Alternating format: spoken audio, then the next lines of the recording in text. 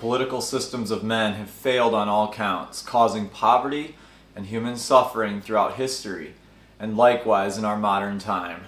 Some form of liberty has been achieved by those countries who took guidance from the Bible in the formation of their governments, and especially those whose citizens have submitted to the laws of God.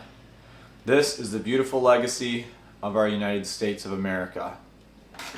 We have now seen what the enemies of our nation seek to do. They wish to dilute our vote with an unrestricted flow of immigrants who hold no love for this country, to corrupt our political process with fraud, to manipulate the courts against true justice, to poison our culture with perversion and racial division, and to quench their insatiable thirst for government power. Fear has been leveraged against us all. First, the enemies of freedom broadcast the fear that our president, for 4 years, was the tool of the Russian government, and that the political system we live under could not be trusted. Then the fear of racism, through constant accusations against our public servants, and with these, they created a fear of our own neighbors who should dwell peaceably beside us. Then a fear greater than the rest, when America yet chose to stand strong.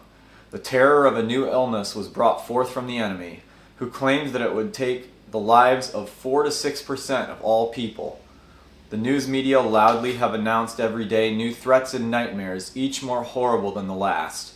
They proclaim from every place that the end of the world will soon be upon us, that it will become unlivable unless they are given absolute control over all commerce and production. The very greatness of our nation is questioned.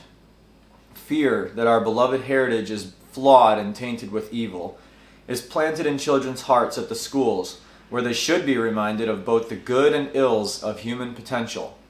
Have we succumbed to fear? Have we given in? Have we been made to hate our neighbor? Have we fallen for the so-called solutions that are offered by the enemies of freedom? When has there ever been a vision so openly laid out for the destruction of America? When has it been so openly promoted that we should give up our freedom for security? Is this a good or worthy exchange? Will we trust our lives, our fortunes, and our personal safety to the government bureaucracy and retain hope that no ill intentions are hidden behind it? We know that power in the hands of government leaders has not ceased to be wielded against the people who chose to give it up. Now is the time to stand. Today we must awake, to fight once again for liberty as our forefathers stood in the dawn of our beloved homeland.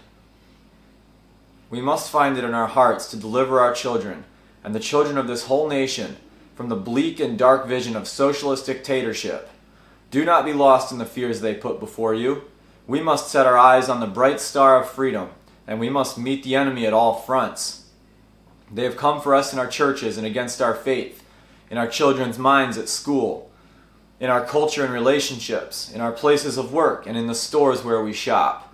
They have taken over most social media platforms and hindered us from coming together. Political action is only a small portion of the fight, an endgame after extensive strategic pressure and cultural movement. We must be ready for the hard conversations to expose the truth for those who have fallen for the lie. We must speak up when our children are brainwashed at school with lies and perversion. We must always make our show at the voting booths every time they are open. We must sign the petitions and be ready for legal action in the courts when our brothers' freedom is infringed upon. We must be ready for hard actions like the boycott against leftist businesses to weaken their financial power to influence.